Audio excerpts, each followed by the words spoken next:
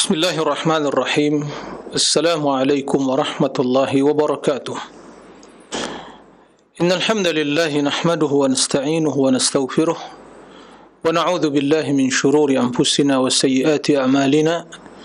May yahdihillahu fala mudilla lahu wa may yudlil fala hadiya lahu. Asyhadu an la ilaha illallah wahdahu la syarika lahu wa asyhadu anna Muhammadan abduhu wa rasuluh. Allahumma salli ala Muhammadin wa ala ali Muhammad wa ali wa sahbihi ajma'in, amma ba'du. Ikhwatal iman, kaum muslimin dan muslimat, para pemirsa dan juga para pendengar di mana saja antum berada, semoga senantiasa dalam lindungan Allah Azza wa Jalla, senantiasa dibimbing, diberi kemudahan dan pertolongan di dalam menjalani hidup ini dalam rangka berubudiyah kepada Allah Ta'ala. Allahumma amin. Ikhwatal iman, juga tidak lupa kita memperbanyak salat dan salam untuk Nabi yang mulia, Nabi Muhammad sallallahu alaihi wasallam. Allahumma salli ala Muhammadin wa ala ali Muhammad. Para pemirsa dan juga para pendengar yang dirahmati oleh Allah Azza wa Jalla, pada kesempatan yang mulia ini kita akan melanjutkan pembahasan tentang akidah Imam Malik rahimahullahu ta'ala, yang merupakan salah seorang ulama ahli sunnah, gurunya Imam Syafi'i, yang tentu tidak diragukan lagi tentang keilmuannya, ketakwaannya dan kesolehannya. Pembahasan kita masih berkaitan dengan akidah ahli sunnati wal jamaah tentang murtakibil kabirah, pelaku dosa besar.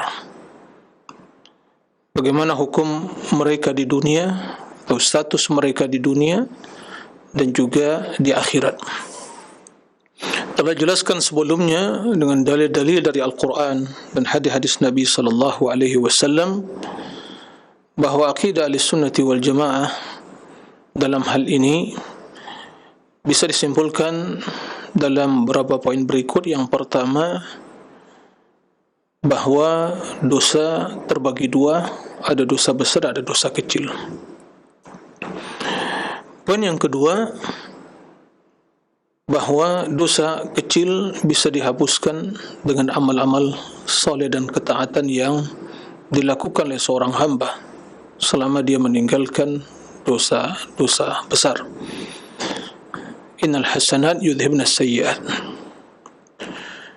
Kemudian ahli sunnati wal jamaah meyakini bahawa pelaku dosa besar atau dosa besar tersebut dosa yang mengandung ancaman yang keras atau sanksi yang berat di dunia dan ancaman yang keras di akhirat, dalam bentuk laknat, kemurkaan Allah Subhanahu wa taala, ancaman neraka kekal di dalamnya.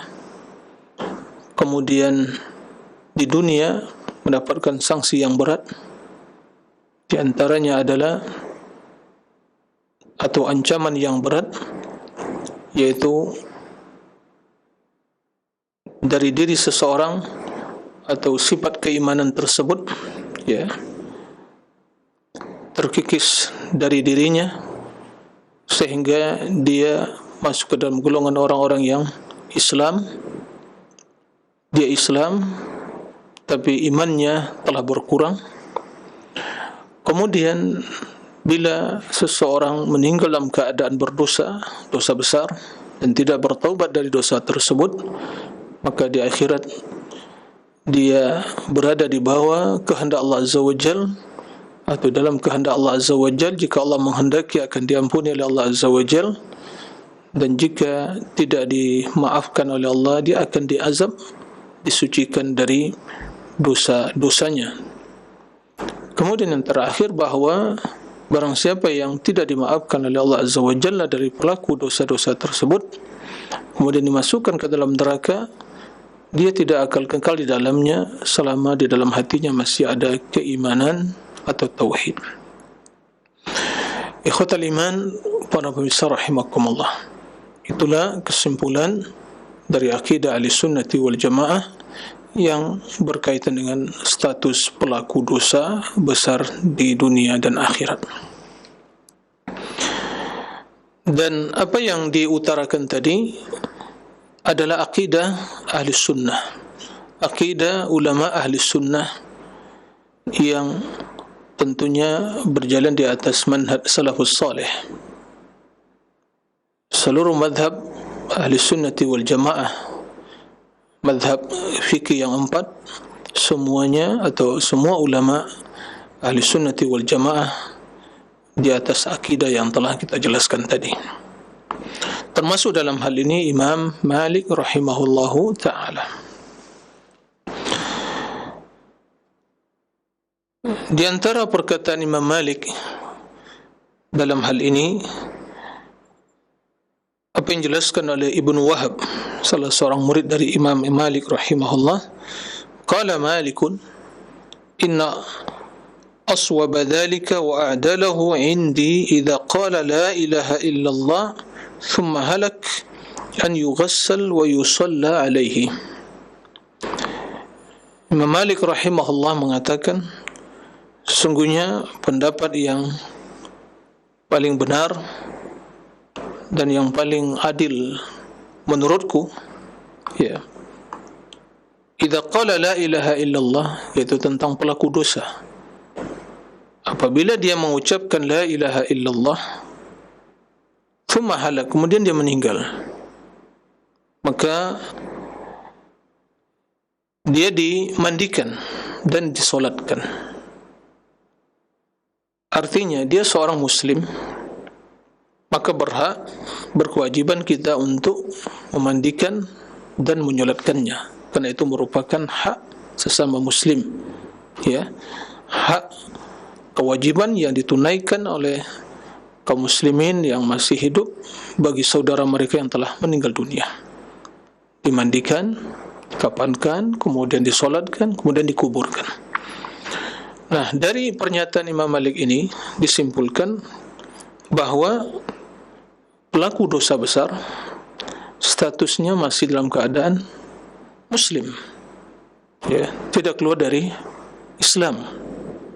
Dia masih beriman, tip keimanannya keimanan yang sangat lemah, ya, hanya cukup menjadi sebab mempertahankan keislamannya, yaitu Islam, dia muslim. Maka kewajiban kita untuk memandikan dan juga untuk menyolatkannya.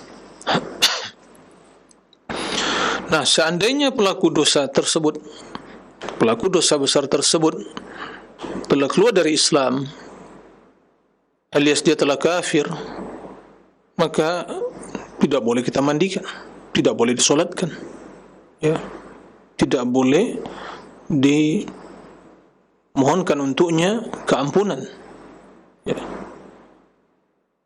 Nah, tatkala yang meninggal tersebut, kendati dia berbuat dosa, tapi mengucapkan la ilaha illallah, dia beriman, dan tetap begitu meninggal dimandikan dan disolatkan. Hal ini menjelaskan kepada kita bahwa pelaku dosa tidak sampai keluar dari Islam, ya, pelaku dosa besar tidak keluar dari Islam, ya, kendati keimanannya berkurang. Karena seandainya dia kafir, telah keluar dari Islam, maka tidak boleh dimandikan dan disolatkan. Nah, ini maksud perkataan Imam Malik rahimahullahu ta'ala, dan itulah yang benar, itulah yang hak, yang sesuai dengan dalil dari Al-Quran dan hadis yang telah pernah kita sampaikan pada pertemuan sebelumnya. Waqala Ibnu Al-Qasim, Ibnu Al-Qasim juga salah seorang murid dari Imam Malik rahimahullah, beliau menjelaskan, sami'tu Malikan yaqul la tukaffiru ahla at-tauhid bi dhanbin wa la tusyrikuhum.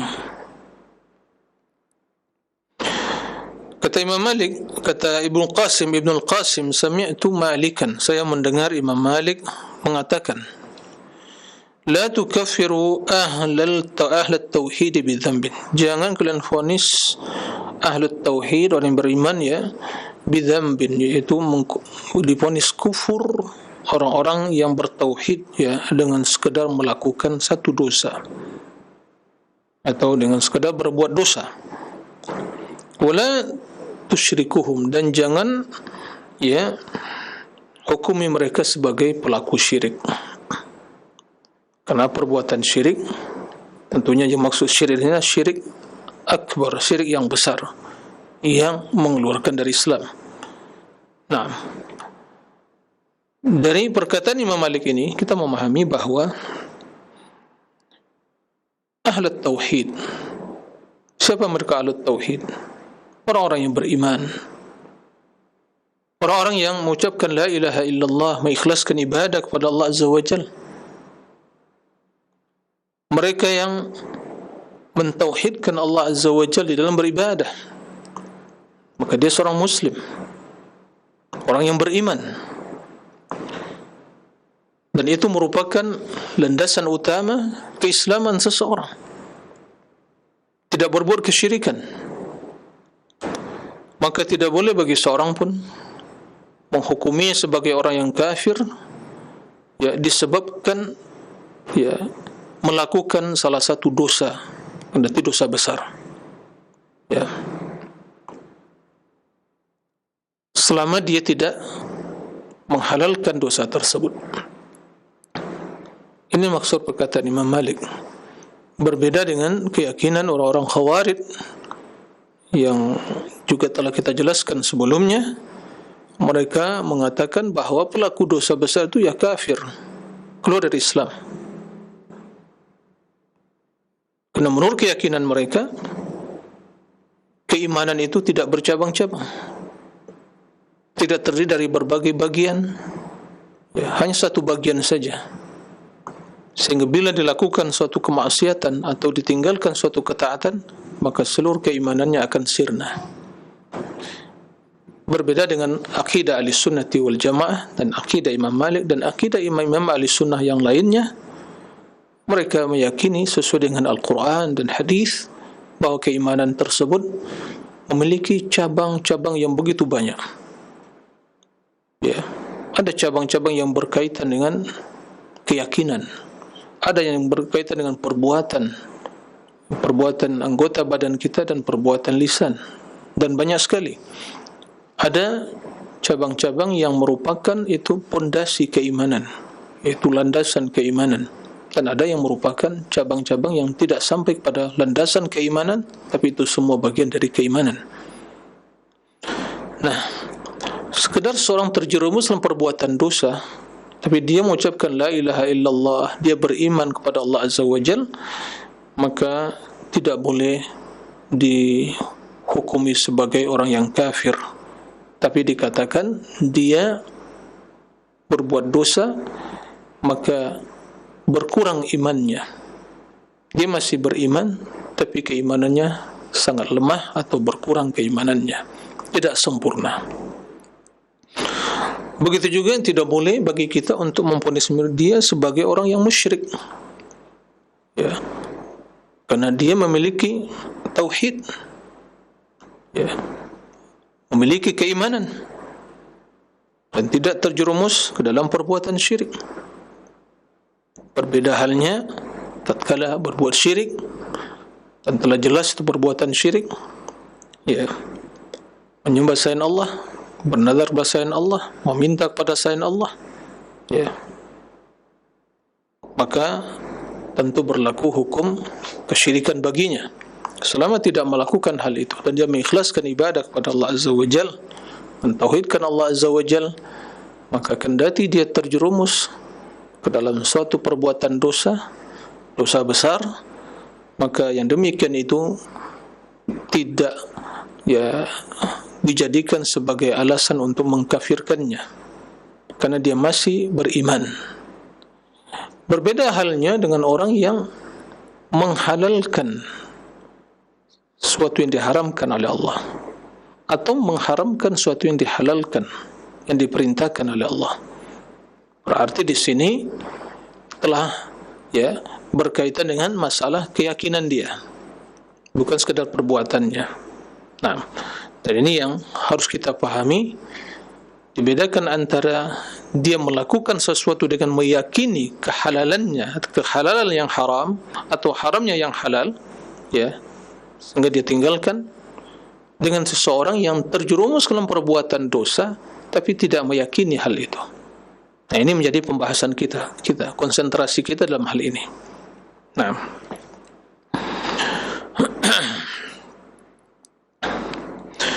dari perkataan Imam Malik juga, ya, kita bisa menyimpulkan bahwa istilah tauhid itu adalah istilah yang telah, ya, hal yang klasik, ya.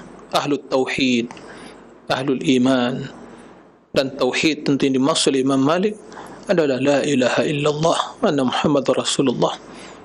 Dan itu yang pernah kita juga sampaikan, penjelasan tentang tauhid yang dinukil Imam Syafi'i rahimahullah dan dinukil Imam Al-Muzani dari Syafi'i dari Imam Malik, bahwa tauhid itu la ilaha illallah. Nah, وقال عبد الله بن نافع سمعت مالكا يقول لو أن رجلا ركب الكبائر كلها بعد أن لا يشرك بالله ثم تخلى من هذه الأهواء والبدع وذكر كلاما قال دخل الجنة. نعم. عبد الله بن نافع meriwayatkan, aku mendengar Imam Malik rahimahullah mengatakan, jika seseorang melakukan seluruh dosa besar, ya,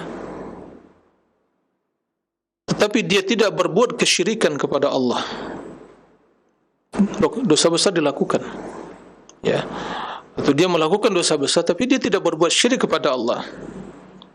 Ya, setelah dia tidak berbuat syirik kepada Allah, artinya dia terjerumus dalam perbuatan dosa besar, ya, selain kesyirikan, ya, karena kesyirikan adalah dosa yang, ya, menyebabkan seorang keluar dari Islam, ya, asyirku billah. Nah, jika seorang berbuat dosa besar selain dari kesyirikan kepada Allah Azza wa Jalla, thumma takhalla min hadhil ahwal bidah, kemudian dia selamat, ya, berlepas diri dari hawa nafsu dan bid'ah. Nah, maka kata beliau, dakhala jannah, dia akan masuk surga. Jadi di sana ada dosa besar, dan dosa besar itu ada kesyirikan, dan tentu kesyirikan adalah kekufuran. Kata Imam Malik rahimahullah, seandainya ada seseorang yang berbuat dosa besar, semua dosa besar dilakukan selain syirik, ya, kemudian dia juga selamat dari hawa nafsu, dari bid'ah. Hawa nafsu yaitu segala kebatilan, kesesatan, pemikiran, keyakinan dan akidah, yang semua hal itu dilandasi di atas hawa nafsu dan seluruh perkara bid'ah, maka masih mendapatkan harapan untuk dakhalal jannah. Nah, dari perkataan Imam Malik ini kita bisa menyimpulkan beberapa poin yang ini merupakan prinsip akidah ahli sunnah dan juga manhaj salafus saleh. Yang pertama, bahwa pelaku dosa besar selama dia tidak menghalalkan dosa tersebut, maka dia tetap dihukumi sebagai seorang muslim, ya. Pelaku dosa besar selama dia tidak meyakini, ya, kehalalan dosa tersebut, selama dia tidak meyakini bahawa dosa tersebut boleh dilakukan, maka dia tetap dihukumi sebagai seorang muslim. kecuali bila berbuat kesyirikan. Kesyirikan itu menyelewengkan sebagian ibadah kepada selain Allah, menyembah selain Allah, ya, berdoa meminta kepada selain Allah, yaitu malaikat atau rasul, mohon pertolongan kepada selain Allah. Ya, kerana ibadah adalah hak Allah Azza wa Jalla yang tidak boleh diselewengkan kepada selain Allah Azza wa Jalla. Ya. Maka selama dia tidak berbuat kesyirikan,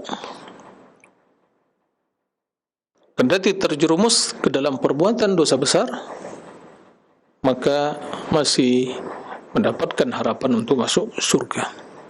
Karena Allah menjelaskan dalam Al-Quran tentang kesyirikan, innallaha la yaghfiru ayyushraka bih wa yaghfiru ma duna dzalika liman yasha.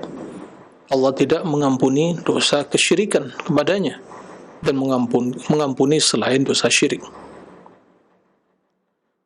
Orang yang berbuat syirik haram baginya surga.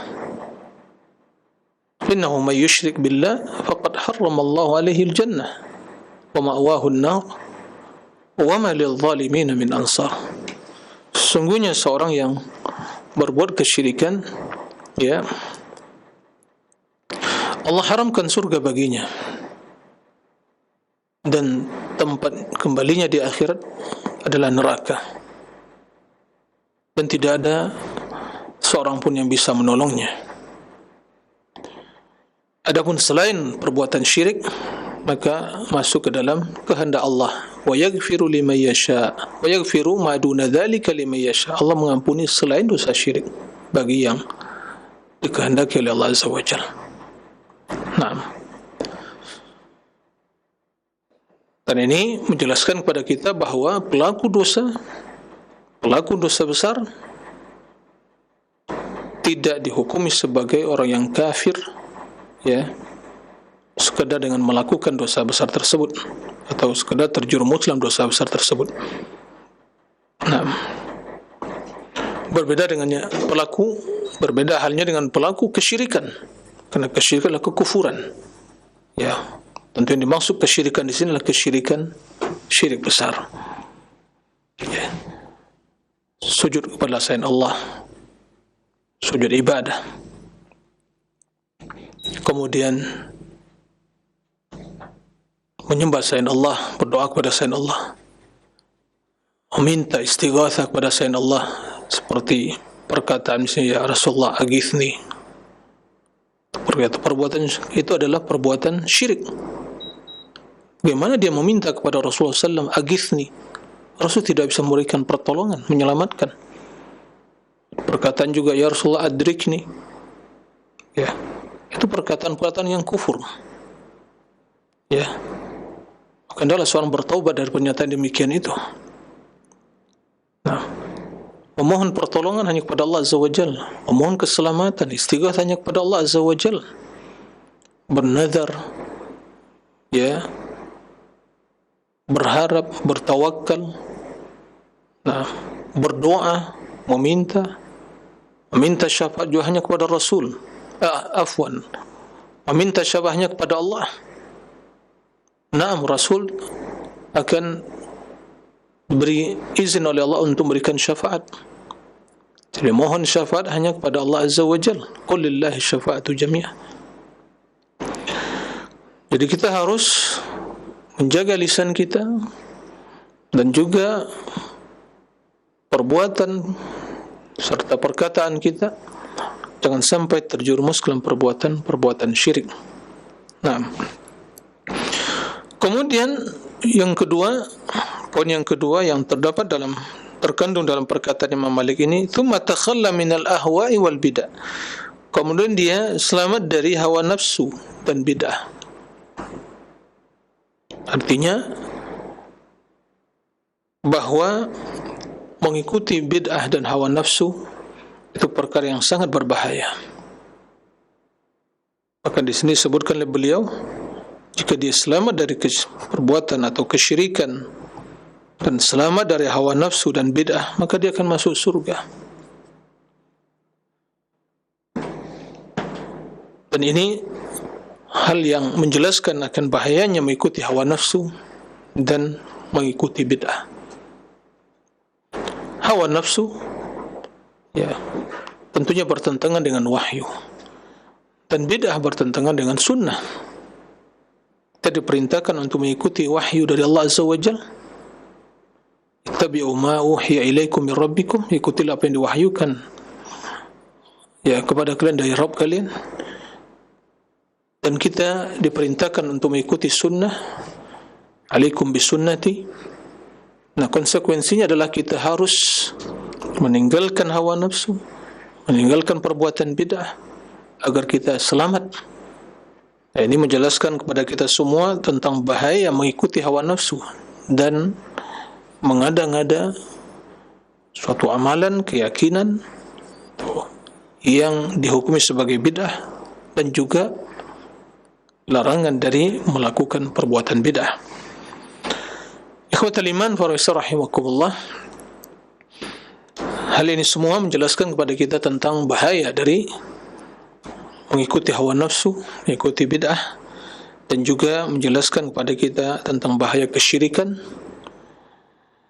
dan menjelaskan juga kepada kita bahawa status pelaku dosa jika tidak meyakini ya kehalalan atau membolehkan dosa tersebut, maka dia masih berada dalam masyiatullah, kehendak Allah Azza wa Jal. Di akhirat tentunya, di akhirat masih berada dalam kehendak Allah Azza wa Jal. Jika dikehendaki oleh Allah dimaafkan, dan jika dikehendaki oleh Allah diazab sesuai dengan keadilan Allah Azza wa Jal. Akan tapi di dunia dia tetap dihukumi sebagai seorang muslim. Dia beriman, tapi keimanannya yang sangat lemah, ya, keimanan yang tidak sempurna. Baik. Kemudian dalam riwayat lain dari Abdullah bin Nafi', beliau juga menjelaskan, "Law anna al-'abda irtakaba al-kaba'ira kullaha ba'da an la yushrika billahi shay'an, thumma naja min hadhihi al-ahwa', لرجوت أن يكون في أعلى جنات الفردوس لأن كل كبيرة بين العبد وبين ربه هو منها على رجاء وكل هوى ليس هو منه على رجاء إنما يهوي بصاحبه في نار جهنم." Ya, para pemirsa rahimakumullah, di dalam riwayat lain Imam Malik rahimahullah menjelaskan, seandainya seorang hamba melakukan seluruh dosa besar, ya, selain dari kesyirikan kepada Allah Azza wa Jalla dengan sesuatu apapun, artinya dia tidak berbuat syirik. Karena dosa besar, termasuk dosa besarlah kesyirikan, dan ini yang paling besar. Dan ada dosa-dosa besar yang lain yang tentu kedudukannya di bawah kesyirikan, tidak sampai kepada kekufuran. Dan jika dosa-dosa besar selain kesyirikan tersebut dilakukan oleh seseorang, kemudian dia selamat dari hawa nafsu, maka kata Imam Malik, aku masih berharap dia itu mendapatkan atau berada di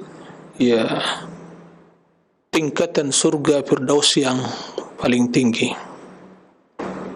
Kenapa demikian? Lianna kulla kabiratin, sesungguhnya setiap dosa besar yang dilakukan oleh seorang hamba, yang dikerjakan atau dilakukan seseorang, dan itu berkaitan dengan antara dia dengan Allah, bukan dosa besar yang berkaitan dengan kezaliman kepada manusia, antara dia dengan Allah, maka dia masih mendapat ada harapan, masih ada harapan di sana. Itu harapan selamat, harapan untuk masuk surga.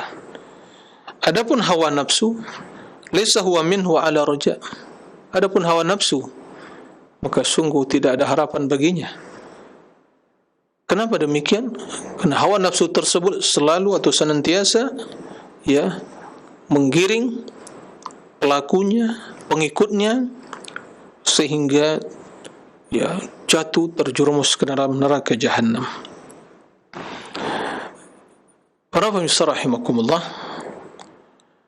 perkataan Imam Malik ini menjelaskan kepada kita bahawa dosa besar itu adalah hal yang berbahaya. Tapi bila dibandingkan dengan kesyirikan, maka tentu lebih ringan. Semua dosa berbahaya.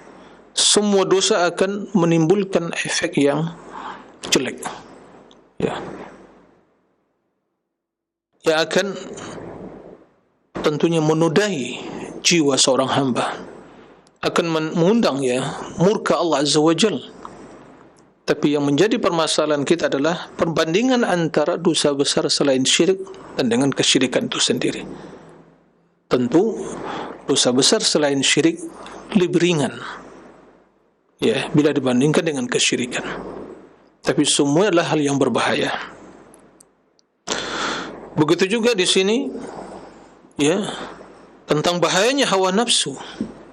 Karena bila seorang mengikuti hawa nafsu sehingga dia menjadikan hawa nafsu tersebut sebagai ilah yang diibadati, afara'aita man ittakhadha ilahahu hawahu, tidak akan kau perhatikan orang yang telah menjadikan hawa nafsu sebagai ilah.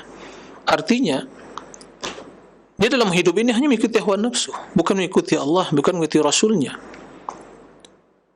Dan termasuk dalam hal ini pelaku bid'ah hanya mengikuti hawa nafsu. Yang meninggalkan kebenaran hanya mengikuti hawa nafsu. Yang mengikuti selain apa yang diajarkan Nabi, hanya mengikuti sebuah tradisi dia, warisan leluhur, para leluhur hanya turun-temurun, ini mengikut hawa nafsu.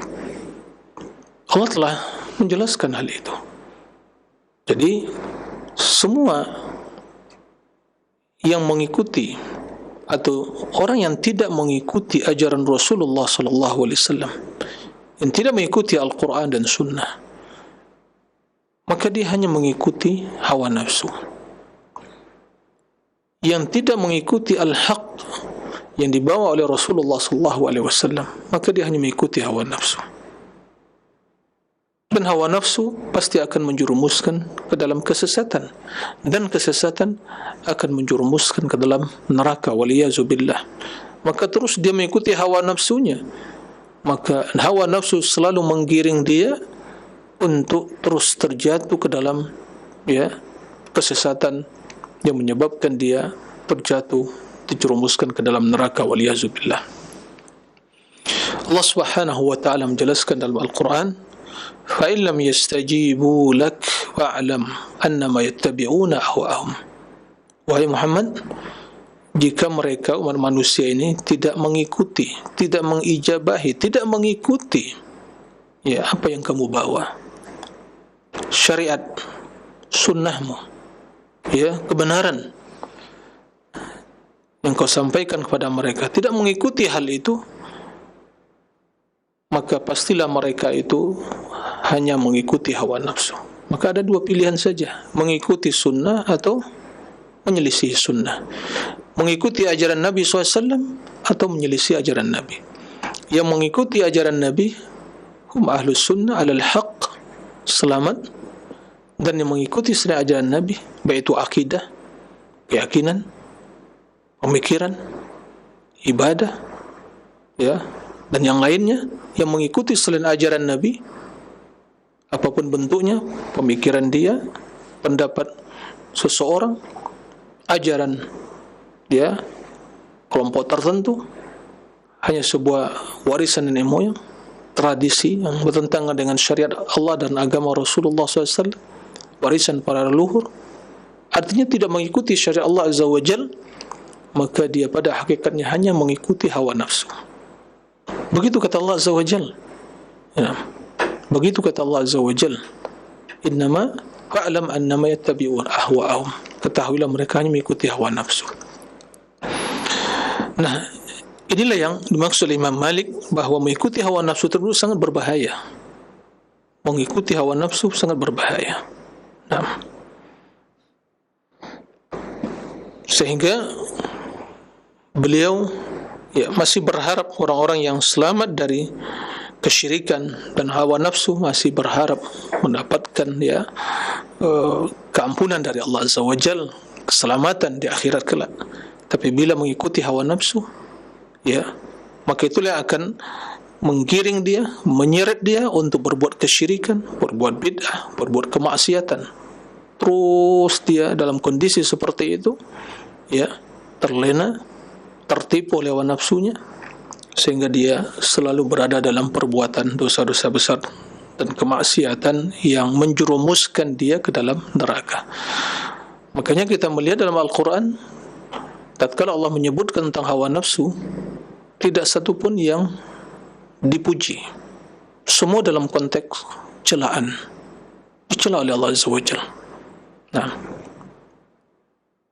Makanya sebagian ulama salaf mengatakan, innama aw summiyal hawa hawan li'annahu yahwi bi sahibi ilan nar. Hawa nafsu itu dinamakan hawa karena yahwi itu adalah jatuh, karena hawa yahwi bi sahibihi ilan nar.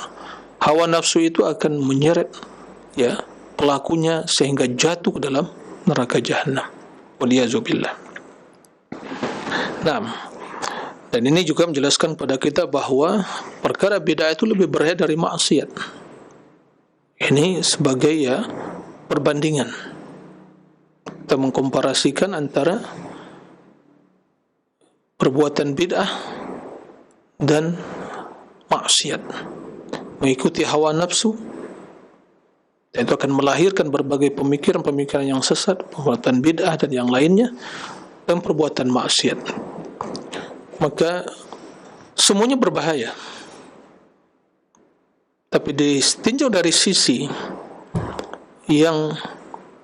sisi kondisi dan keadaan pelaku dosa dan maksiat dibandingkan dengan orang yang mengikuti hawa nafsu pelaku bid'ah, maka sesungguhnya pelaku maksiat berbuat yang demikian itu bukan karena dia meyakini itu yang maksiat dibenarkan, atau dosa diperbolehkan, tidak, tapi karena dorongan hawa nafsu tadi, dorongan hawa nafsu, maka dia berbuat dan dia meyakini itu sesuatu yang haram, sehingga masih besar peluang bagi dia untuk bertaubat. Dia sadar kemudian bertaubat kepada Allah Azza wa Jalla. Berbeda halnya pengikuti hawa nafsu dan bid'ah yang menimbulkan bid'ah, dan dia meyakini bahwa hawa nafsu yang diikutinya, bid'ah yang dikerjakannya suatu amalan yang baik, maka dia bersungguh-sungguh melakukannya.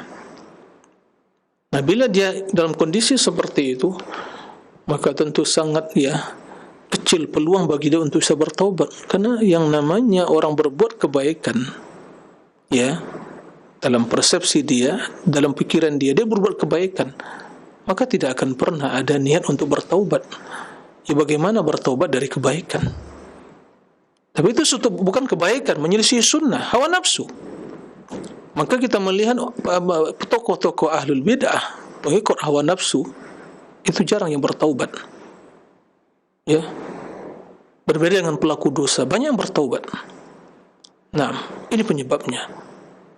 Karena dia melakukan suatu amalan, meyakini suatu keyakinan, dia meyakini suatu kebenaran. Meyakini suatu kebenaran. Jadi pertanyaan, apakah ada orang bertobat dari kebenaran? Yang enggak ada, bertobat dari kesalahan. Dia meyakini amalannya itu amalan yang disyariatkan, padahal itu amalan yang bid'ah atau tidak mengikuti sunnah.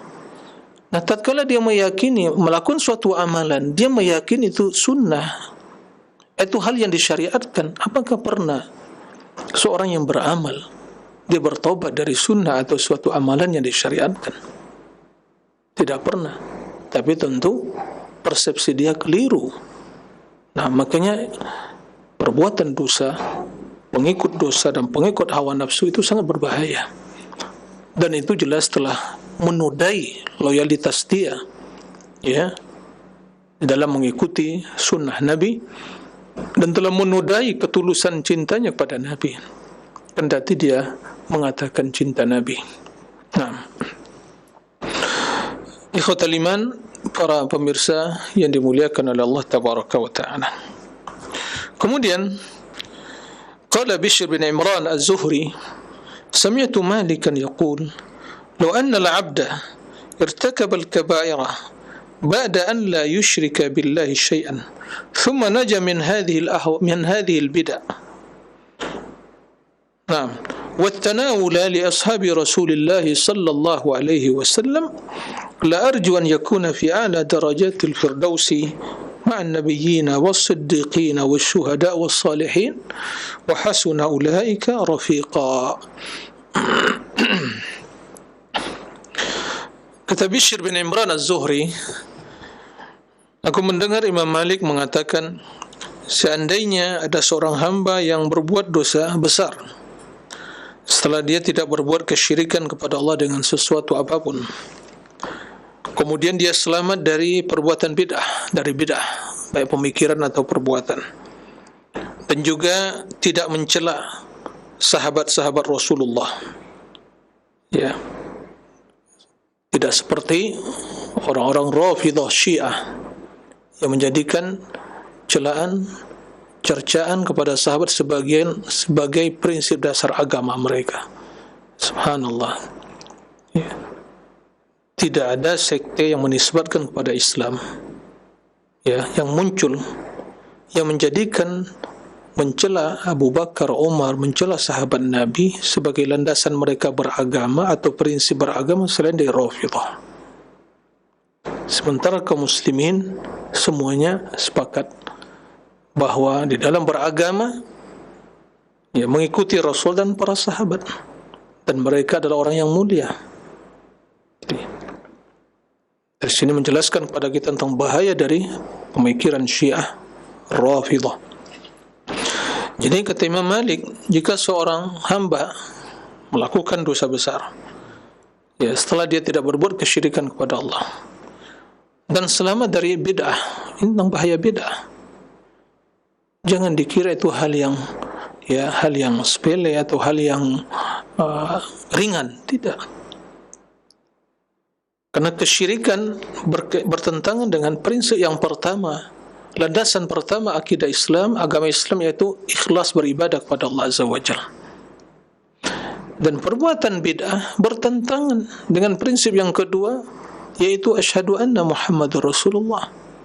Islam ini dibangun di atas dua landasan, dua pondasi utama, keikhlasan dan mengikuti sunnah.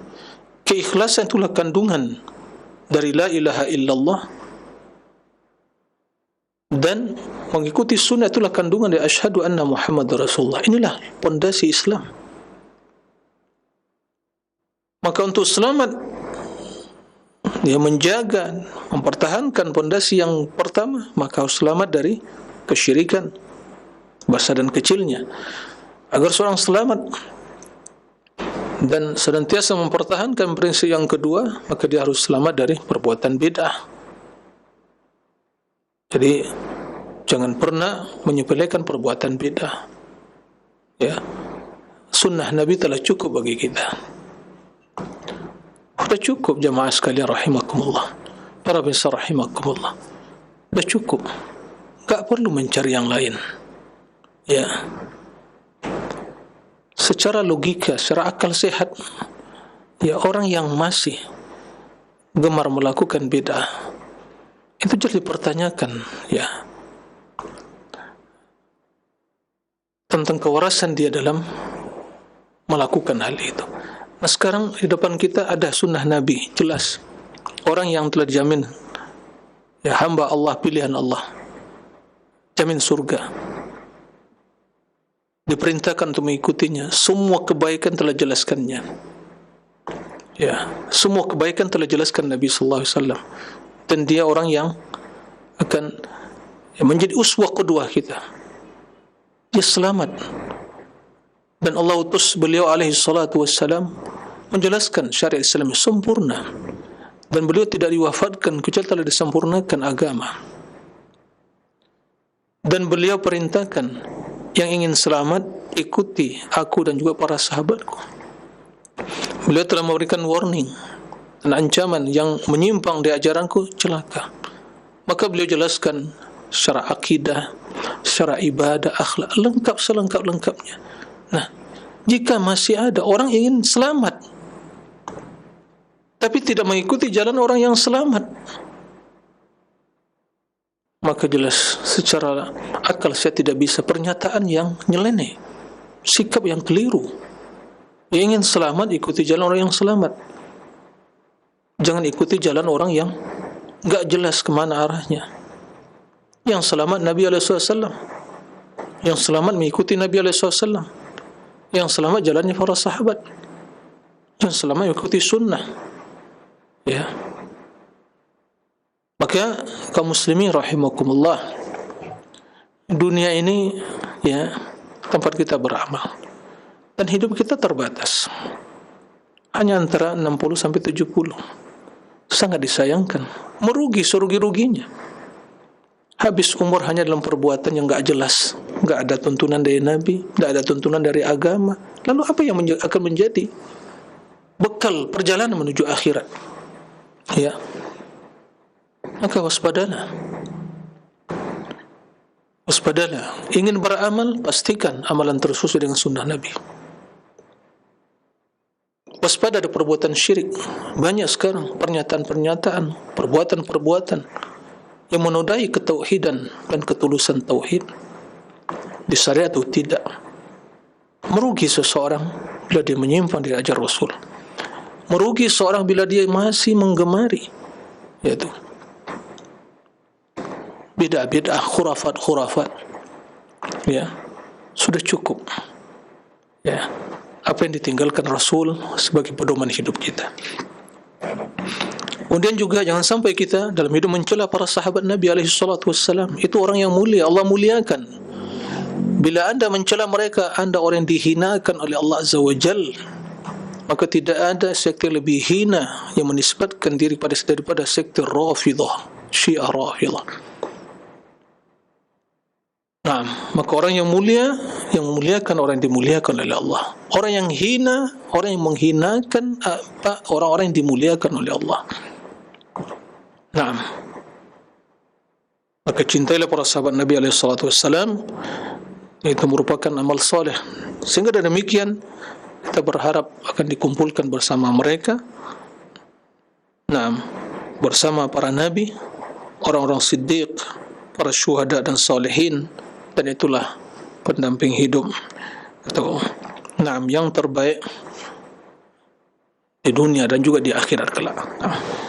Baik, demikian, mudah-mudahan bermanfaat. Wallahu a'lam. Barakallahu fikum wa jazakallahu khairan. Terima kasih atas bimbingan dan pelajaran tadi disampaikan di kesempatan pagi hari ini. Semoga menjadi tambahan ilmu untuk kita semuanya.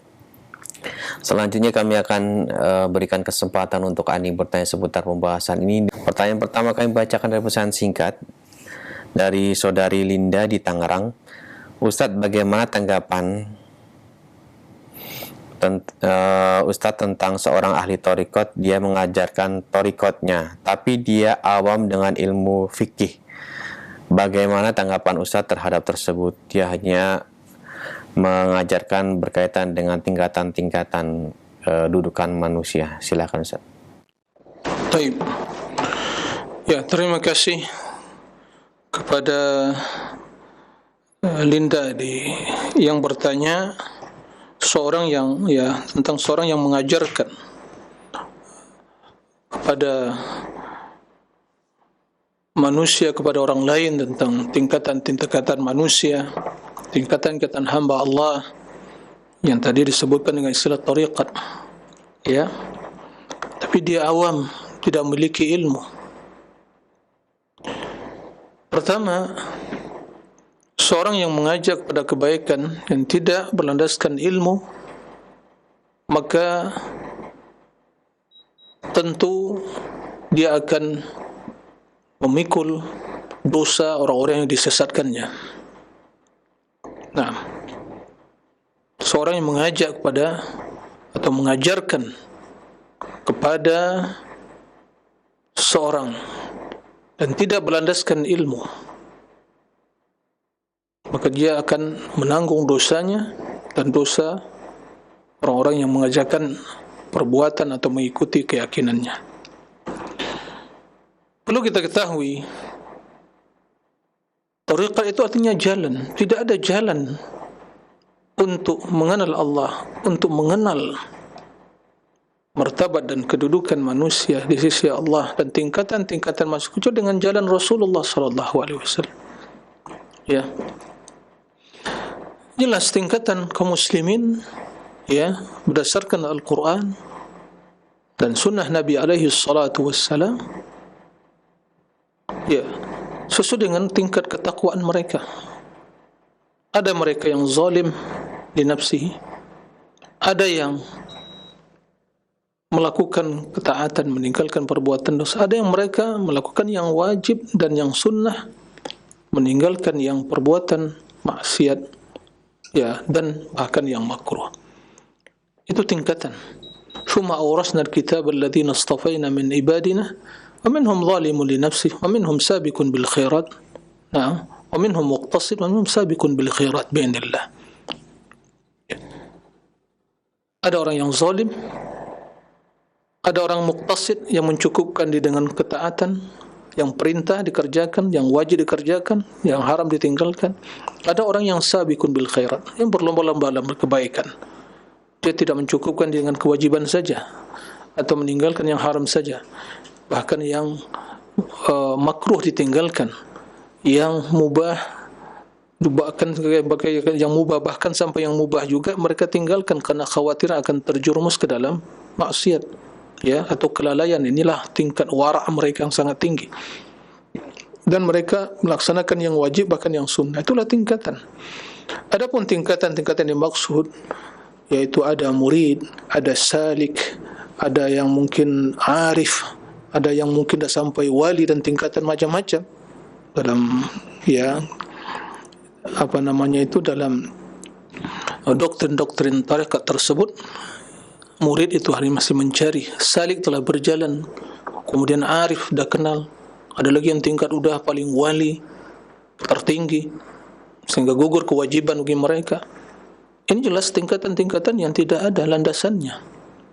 Nah, bila itu diajarkan ditambah lagi dia tidak memiliki ilmu tentang agama, maka jelas muncul kesesatan-kesesatan. Ini sangat berbahaya.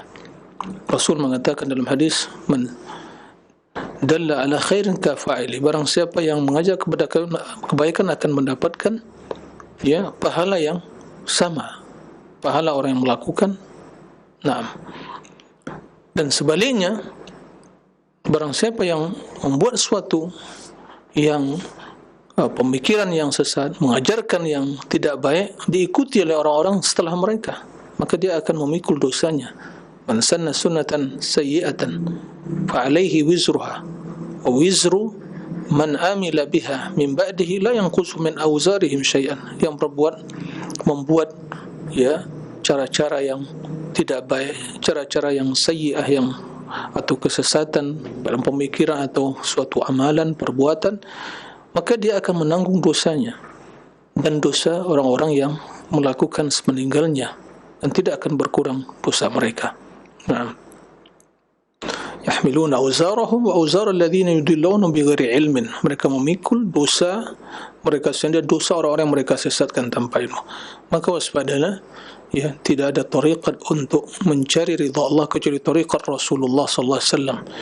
Imam Junaid, seorang yang ahli ibadah, yang tentunya ibadah beliau dibangun di atas ilmu kitab was sunnah. Beliau mengatakan bahawa kullu tariqi ila Rasul sallallahu alaihi wasallam masdudun illa an tariqi Rasulillah sallallahu alaihi wasallam. Semua tarikat kepada Allah azza wa jalla, tarikat itu jalan, ya, semua jalan yang menuju Allah azza wa jalla semuanya tertutup, ya, buntu jalan tersebut kecuali hanya jalan Rasulullah sallallahu alaihi wasallam. Naam. Wa qala aidan man lam ya'rifu al-kitaba was sunnah, barang siapa yang tidak, atau man lam yabni tariqatahu ala al-kitabi was sunnah fala yuqbal minhu aw kama qala rahimahullah. Barang siapa tidak membangun tariqatnya itu di atas kitab wa sunnah, maka tidak bisa diterima darinya. Nah, jadi ilmu para ulama salihin, para ulama ahli zuhud, mutaqaddimin, adalah ilmu yang berlandaskan Al-Quran dan Sunnah. Tariqat mereka tariqat itu jalan. Maka kalau ada jalan selain jalan Rasulullah SAW untuk sampai kepada Allah, mendekatkan diri kepada Allah, ini jalan yang tentu telah menyimpang. Karena Rasul SAW menjelaskan, alaikum bisunnati wa sunnatil khulafa'ir rasyidin al-mahdiyyin min ba'di, addu 'alaiha bin nawajid wa iyyakum muhdatsatil umur. Ikutilah sunnahku dan sunnah para khulafa' rasyidin sepeninggalku, dan peganglah sunnah itu dengan pegangan yang kuat. Naam. Kemudian waspadalah dari perkara-perkara yang baru dalam agama, karena semua hal itu adalah bentuk kesesatan. Qala Nabi sallallahu alaihi wasallam, taraktu fikum amrayn lan tadillu ma in tamassaktum bihima kitabullah wa sunnati. Aku tinggalkan kepada kalian dua perkara yang kalian tidak akan tersesat selama-lamanya, selama kalian berpegang teguh selama kalian berpegang teguh kepada kedua perkara tersebut, Al-Quran dan Sunnah. Qala Nabi sallallahu alaihi wasallam, taraktukum 'alal bayda lailuha kanahariha la yazigu anha illa halik. Aku tinggalkan di atas jalan yang lurus. Lailuha kanahariha, malamnya bagaikan siang. Tidak ada yang samar-samar, jelas.